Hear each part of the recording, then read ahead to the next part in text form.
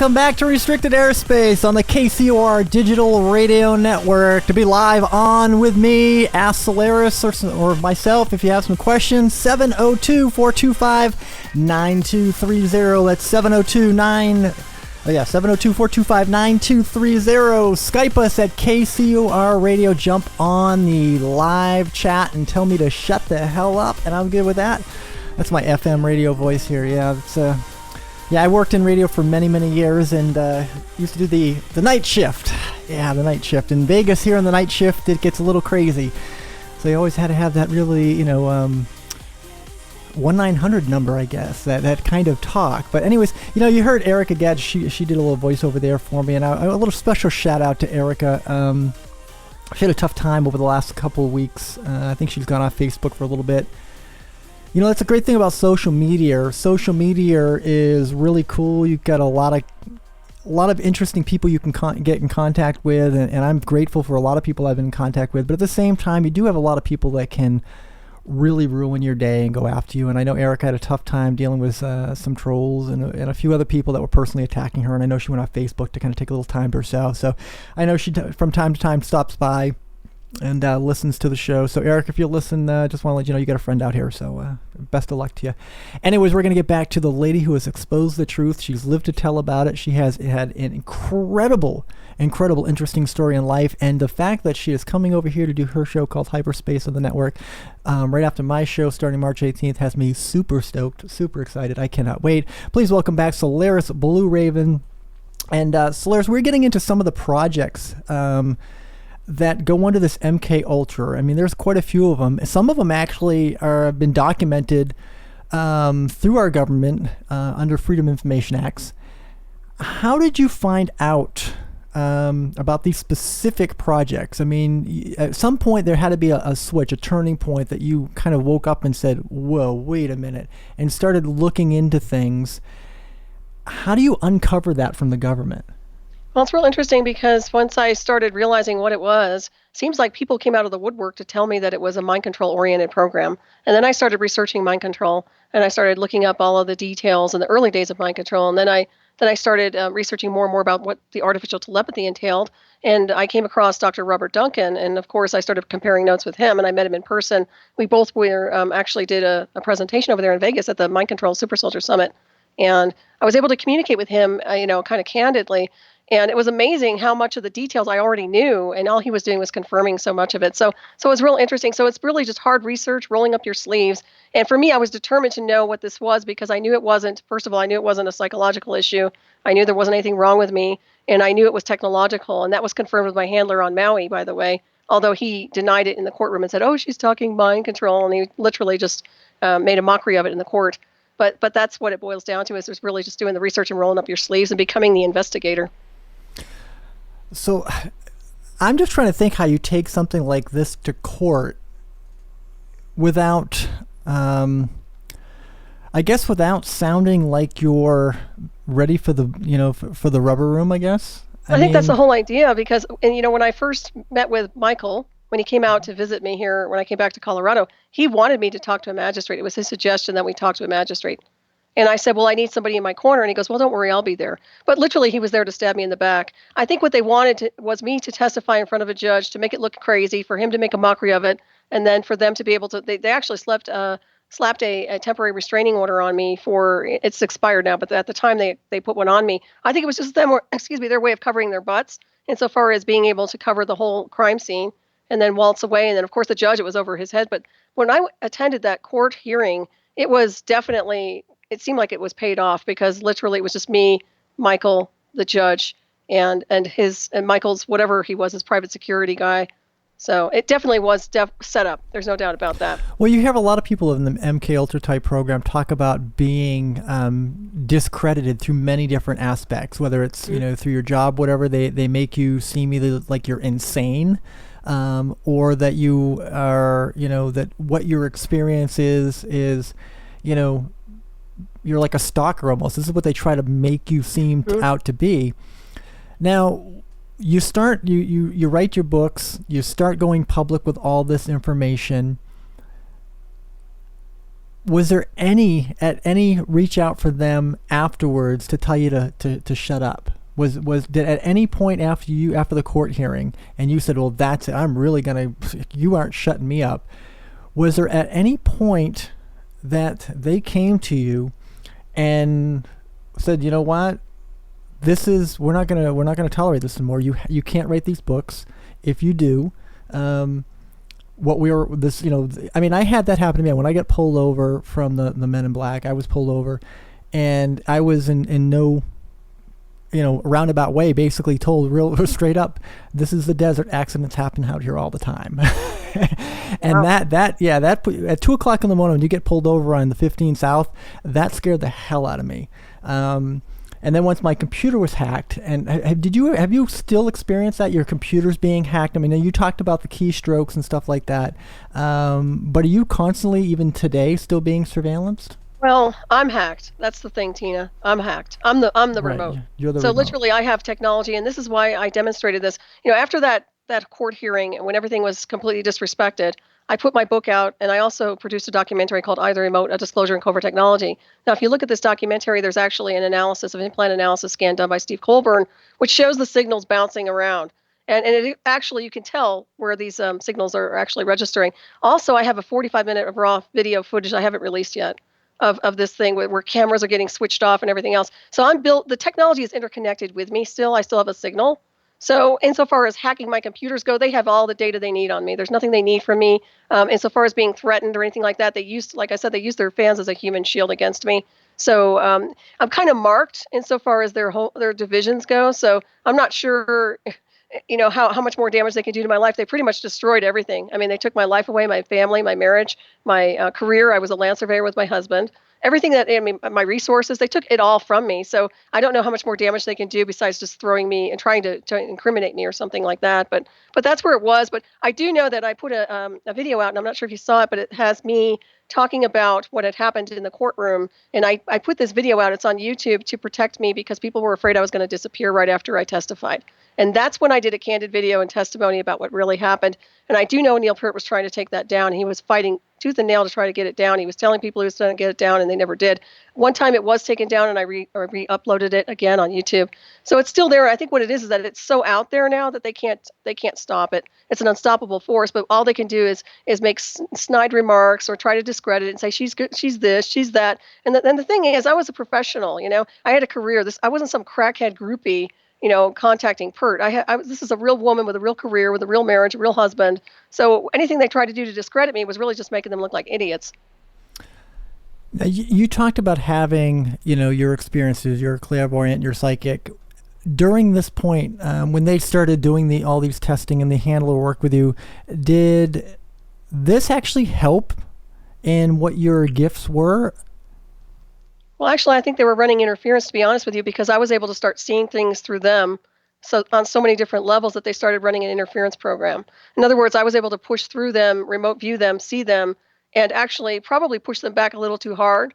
So they started running more interference with psychotronics and things like that. But insofar as enhancing your abilities, yes, it can do that. The artificial telepathy is a phenomenal technology, because once they open you up to the communication system, at first I thought it was kind of cool, I have to tell you, because it's something very unique. I mean, it's not like the telepathy I'm used to with consciousness and the way I work with off-world quote-unquote species. It's very, very different because you're dealing live feed real time.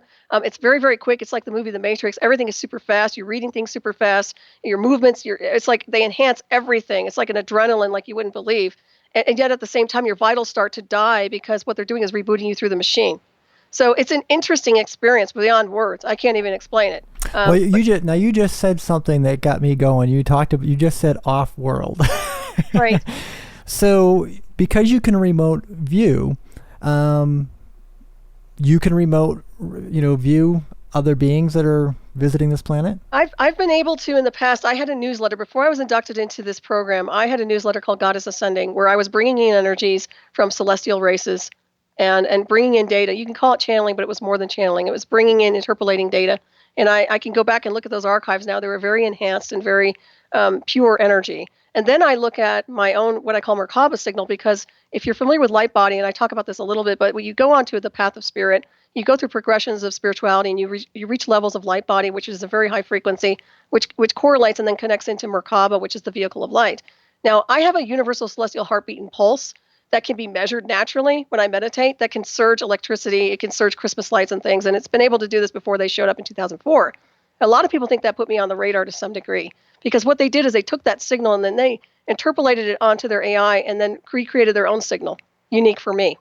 So just to give you an idea, but yes, in the remote viewing, yes, off-world, I've had experiences with, and I don't know how much I should talk about it on air, but it's been interesting because they try to put screen memories in there. They'll try to program you and then they'll throw a screen memory in so that you're confused or that. And then I started throwing all the data out after a while when I was first inducted, because I was like, well, I can't trust any of it anymore. But then I realized that there were people in the covert intelligence program that were showing me things, and I was actually working with them through consciousness, and they were using my brain templates for their own advancement.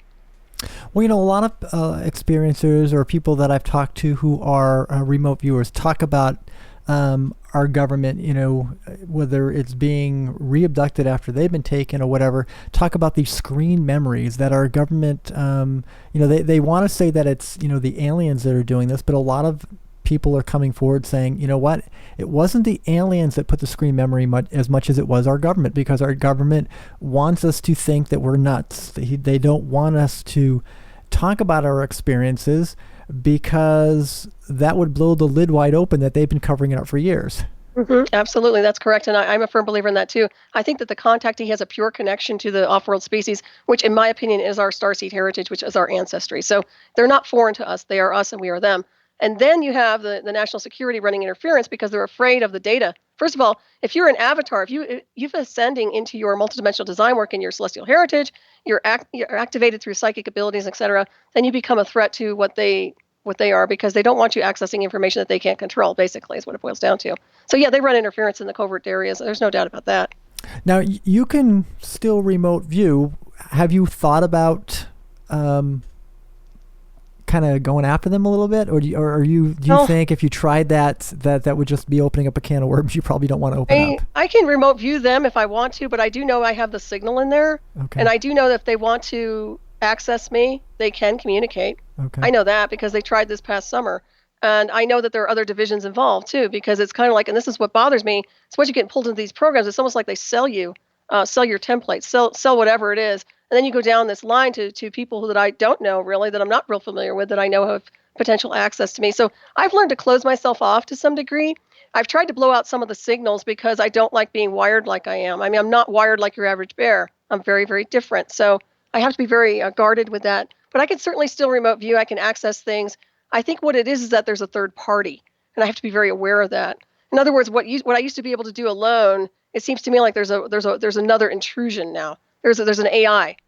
You know that movie, The Scanner Darkly? That's what it reminds me of. Right. And it's interesting because I posted on my Facebook page, not too long ago, and they were talking about the government that our military was working on this AI technology to the point where soldiers would be able to basically through a wire or something like that into their brain would connect directly with a computer system and be able to have access to real-time information at their fingertips, which to me, you're almost creating a cyborg type thing, which to me is just scary when you think to any military personnel that would want to put themselves through that is just crazy.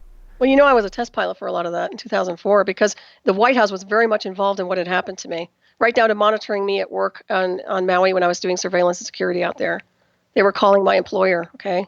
So honestly, I know where I've been has been much more classified than people realize. And also, they don't need to have a wire in it anymore. They use signal. So all they do is a signal transmission, and they match the signal to the brainwave activity, and then they can interconnect you live feed real time remotely. This can be done through satellite-driven technology. You don't have to be in a room to get pulled into these programs. Yeah, people forget that our brainwave patterns are almost like our fingerprints. I mean, you can dial up individual, and I've said this before, there's a reason why our government is trying to go to this facial recognition software. They are trying to go, when you go through like TSA now, they want you to go through all these scanners and everything, because what they are doing, they're creating an AI of you for everybody so that they can remote access whenever they need.